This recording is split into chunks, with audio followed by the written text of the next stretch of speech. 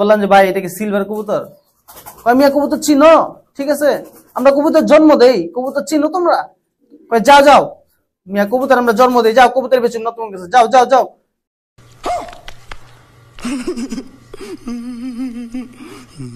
আসসালামু আলাইকুম রহমতুল্লাহ।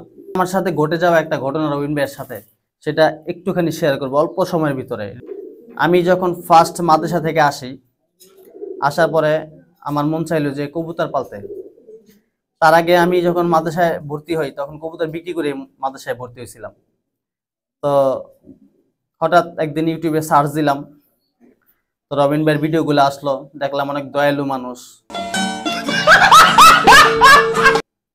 মনে হয় যে ওনার কাছে গেলে কম টাকার ভিতরে আমি কিছু কবুতর আনতে পারবো। এখন আমি যখন ওনার কাছে যাই, ওনাকে ফোন করে, উনি বললো ঠিক আছে আসো, সমস্যা নাই, আসো কবুতর দেওয়া যাবে, ভালো কবুতর, আসো সমস্যা নাই। এভাবে সুন্দর কথা বলে আমারে নিল। নেওয়ার পরে আমারে এখন বলতেছে যে তোমার কয় লাখ টাকা তোমার কবুতর লাগবে।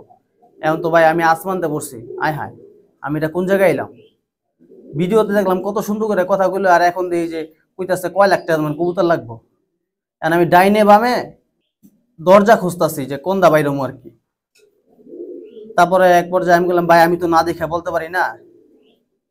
হ্যাঁ, পরে কয় না তোমার বাজেট কই তুইব আগে।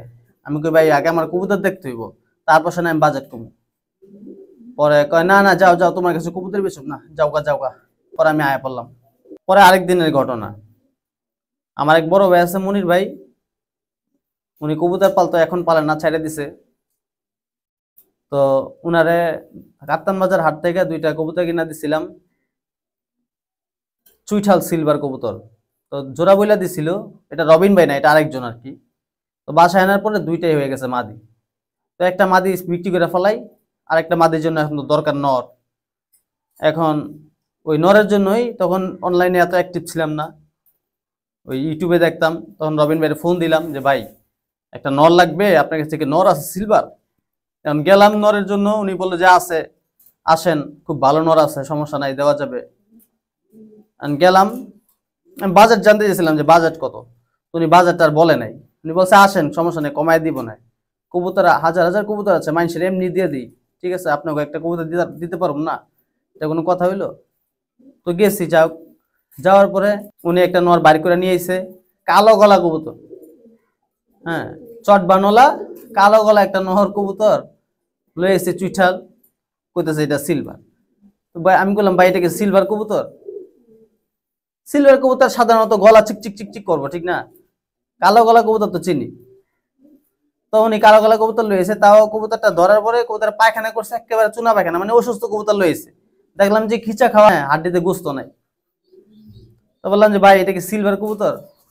মিয়া কবুতর চিনো? ঠিক আছে, আমরা কবুতর জন্ম দেই, কবুতর চিনো তোমরা?